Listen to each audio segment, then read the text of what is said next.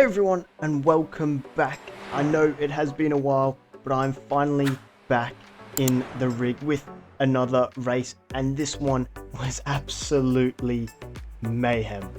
Complete chaos. So I'm not going to hold you up any longer. Let's just jump straight to the grid to begin our Grand Prix at Imola. So here we are on the grid, lining up in P9.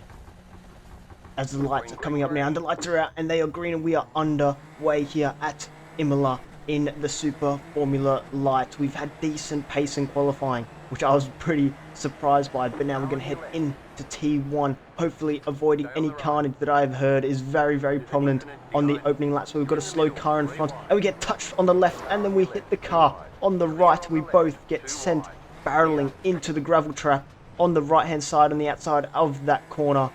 And that is not the start we were hoping for. It is definitely the start that I was kind of expecting, but it is not what we've been hoping for. As now I've got pretty heavy front wing damage, but look, the carnage continues as there are more yellow flags up in front. I believe the leader may have spun there even. But we must now focus on the rest of the race. We have dropped to P18, so we've dropped 9 positions. Just because of that opening accident there. And we've got more carnage, another car off to the right. We've dropped 9 positions, and now we have heavy front wing damage. We need an absolute miracle to be able to pull this one back, as I don't want to pit, as that is just asking to get done. Like, your race is over the minute you pit in one of these sessions. So we're not going to pit. It doesn't, like, it feels bad, but it feels drivable. So we're going to stick with it and hopefully be able to maybe make up some positions from more accidents. That is pretty much what I'm praying on now, as I'm not going to have the pace through some of these high-speed corners as other drivers will. But now we head through the final 2 corners here. And through the final corner, following Nick Adam and Alex Cotto in front, as we get another off-track. So we're already on 5 incident points. It is not looking great, this race so far. But now, here are some replays. We're going to take a look at some replays from that opening lap. So here it is, heading into T1 here. You can see the car in front runs it a little bit wide, and then he is super slow. And as we look for the move, we get a little bit of contact from our inside, and that just puts us onto the car on our outside. Completely unintentional. I think maybe a little bit of netcode played into it there as well, but that is just unfortunate. As we take another look here from his rear suspension, you can see that car on the inside gives us a little light tap, and that is just... It's just over there at that point. We'll take one more look from our gyro here. And I think this is going to give us a good look that, yes, it was netcode on the inside that sent us into the car on the outside. But look, even more smoke and carnage right next to us there.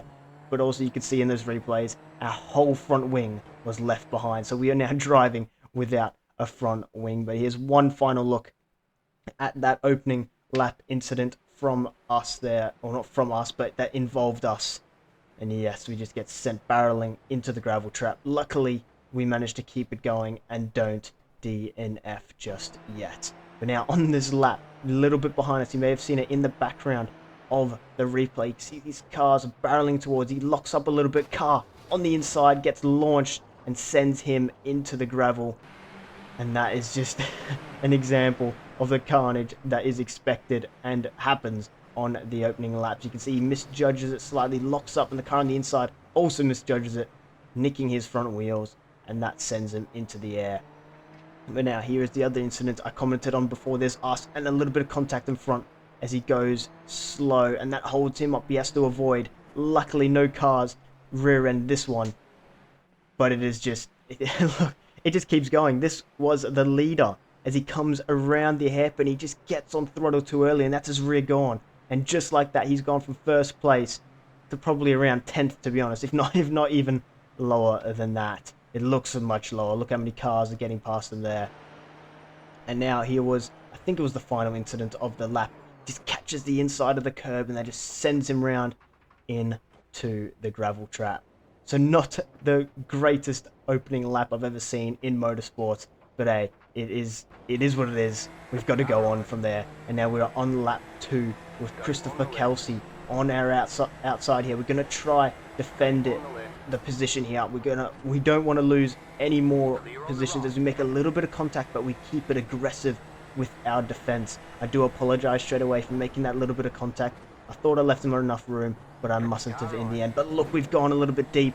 We have gone very, very deep. And Scott Haddock, who has actually gotten around Christopher after we pushed him wide, has gotten by us. But now we've got even more accidents up in front. Yellow flags, and that is 2 cars, maybe even 3 on the outside there. And that's going to allow us to jump up into P16. But look, Christopher Kelsey is on our outside once again. We're going to have to defend once again as we try to force him to the outside again, and we do so quite well, being able to maintain our position now as we headed around the final corner of lap 2. But Kelsey is not going to give up just yet with the slipstream. He's going to get down our inside as we barrel down the main straight, crossing the line to begin lap 3. But with the little kink, we are able to stick ahead of him, and we swap places now as we move to the inside, forcing him out. We've got 4x for that light little bit of contact there.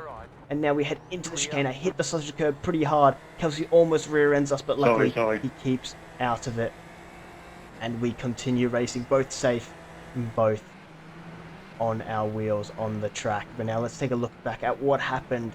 The yellow car loses it, completely loses it, and he just drives across the track. I suppose it maybe looks like he was trying to get off the circuit, and then he runs into him again. It looks like he was trying to get off the circuit, but instead drove straight into the path of another car. And that is just not what you wanted to be doing. In that situation, you just have to sit and wait. You are much more predictable if you are not moving. Now we head to lap 3, and Kelsey is once again looking for a move on the outside. We've got lots of smoke up in front. Kelsey has backed down. That's 3 cars out there. 3 cars, 1 on the right and 2 in the barrier on the left. And that is going to promote us up to P13.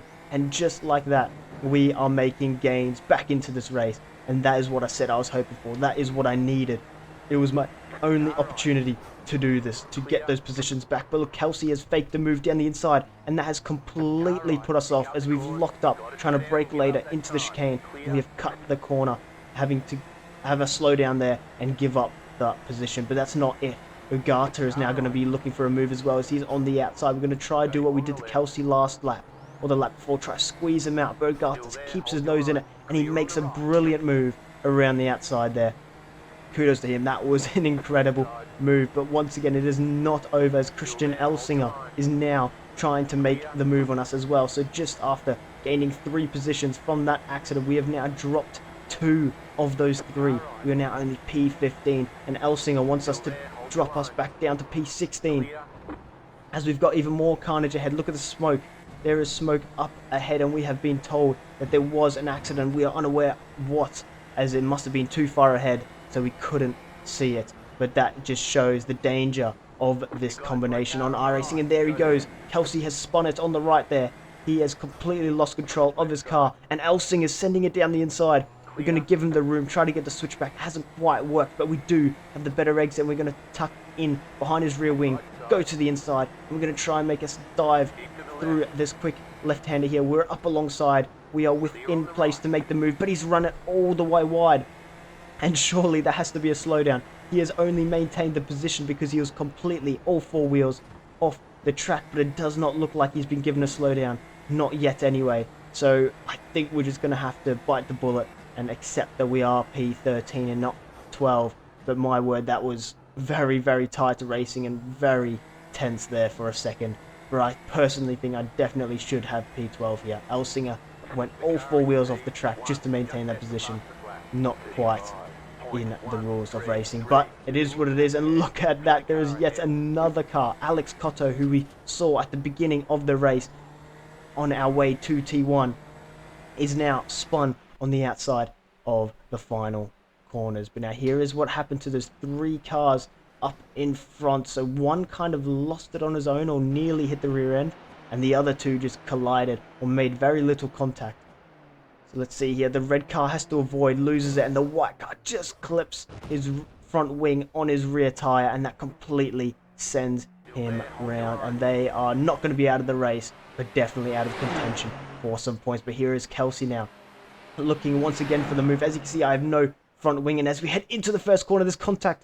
There is contact, and that has forced me to lock up and go deep, and Kelsey has made the move. A little bit controversial there, but what can we do about it? There are no race stewards on iRacing, so we're just going to have to once again bite the bullet and accept that we do not have that position any longer. But look at the pace difference between a front wing and no front wing. We are seriously just limping to the finish line now. We are only halfway through the race, so it is not looking good for us currently in P13. But now on lap 7, heading into T1, we've got two cars going in together and they collide.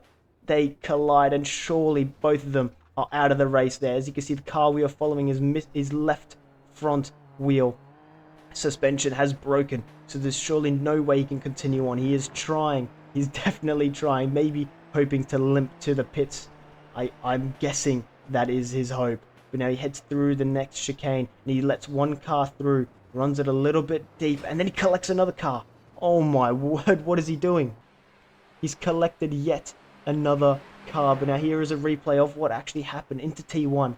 The black car shifts across a little bit, maybe. Oh, I couldn't actually tell from the angle if it was either the black or the white and red car's fault there. One of them shifted over, or maybe they both shifted over. Here's another look from the gyro. But my word, this is a pretty big accident if you ask me. One of them shifts over. The black car brakes later. They collide. Their wheels collide. Sends him into the air. Somehow undamaged, by the way. Somehow. But then the white and red car just doesn't give in, and he causes a much, much bigger accident in the end. Here's one final look at what happened to that second accident there. Just completely sends him into the air. Now he's got two broken wheels. And then the car who's stuck in the middle of the track collects the black car. And oh my word, it just doesn't get any better, does it? This is the quality of, I'm pretty sure it's top split, by the way. Top split Super Formula Light on iRacing.